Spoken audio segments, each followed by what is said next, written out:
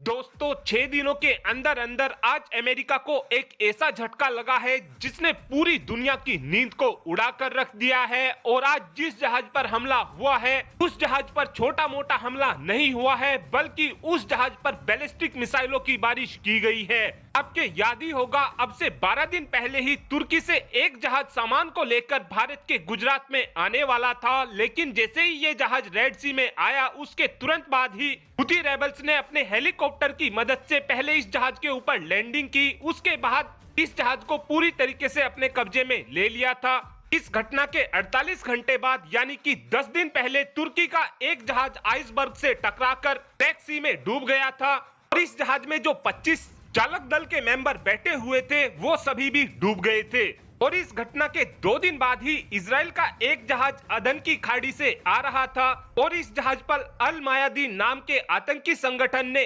Kamikaze ड्रोनों की मदद से हमला बोल दिया था, जिससे इस जहाज को भारी नुकसान हुआ था। और अमेरिका की तरफ से बताया गया था कि जो ये अल मायादीन नाम का आतंकी संगठन है, इसने ईरान के शाहिद 136 ड्रोन की मदद से इस हमले को अंजाम दिया है। और अब से 6 दिन पहले ही इजराइल का एक जहाज अदन पोर्ट के पास से गुजर रहा था, फिर अचानक से इस जहाज पर कब्जा कर लिया गया था। और आज फिर से एक घटना ऐसी हो चुकी है, ये घटना भी गल्फ ऑफ अदन की है। इस हमले को लेकर पेंटागन की तरफ से बताया गया है कि 3 कमर्शियल जहाज जैसे ही रेड सी से गुजर रहे थे उसके तुरंत बाद ही इन जहाजों के ऊपर बैलिस्टिक मिसाइल की अचानक से बारिश होने लगी, जिस कारण इन तीनों ही जहाज की हालत पूरी तरीके से खस्ता हो गई है। इस हमले को अंजाम हुती रेबल्स ने दिया है और जैसे ही इन जहाजों को अमेरिका का युद्ध पोत प्रोटेक्ट करने के लिए आ रहा था, उसके तुरंत बाद ही अमेरिका के युद्ध पोत के ऊपर भी कामिकाजी ड्रोनों की मदद से हमला करने की कोशिश की गई, लेकिन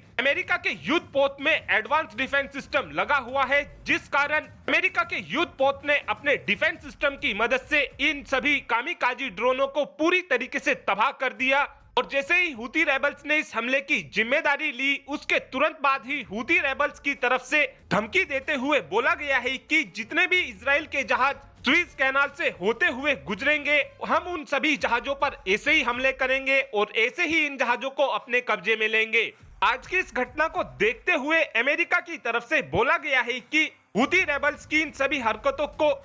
को देखते हुए आज पूरी दुनिया का व्यापार बुरी तरीके से प्रभावित हो रहा है। लेकिन अभी तक भी इन हमलों को लेकर भारत की तरफ से कुछ कमेंट नहीं की गई है, क्योंकि अभी तक 5 जहाजों को हुती रेबल्स ने निशाना बना लिया है, लेकिन इन 5 में से एक भी जहाज में एक भी भारतीय नागरिक नहीं मिला है। और अब आप ही कमेंट कर बता सकते हैं कि क्या हमको गल्फ ऑफ अदन के पास में भारतीय नौसेना को तैनात करना चाहिए या फिर नहीं, या फिर आपका ये मानना है कि हमको इस पंगे में पड़ना ही नहीं चाहिए। इस बात का आंसर आप कमेंट बॉक्स में दे सकते हैं। Thanks for watching this video. Have a good day.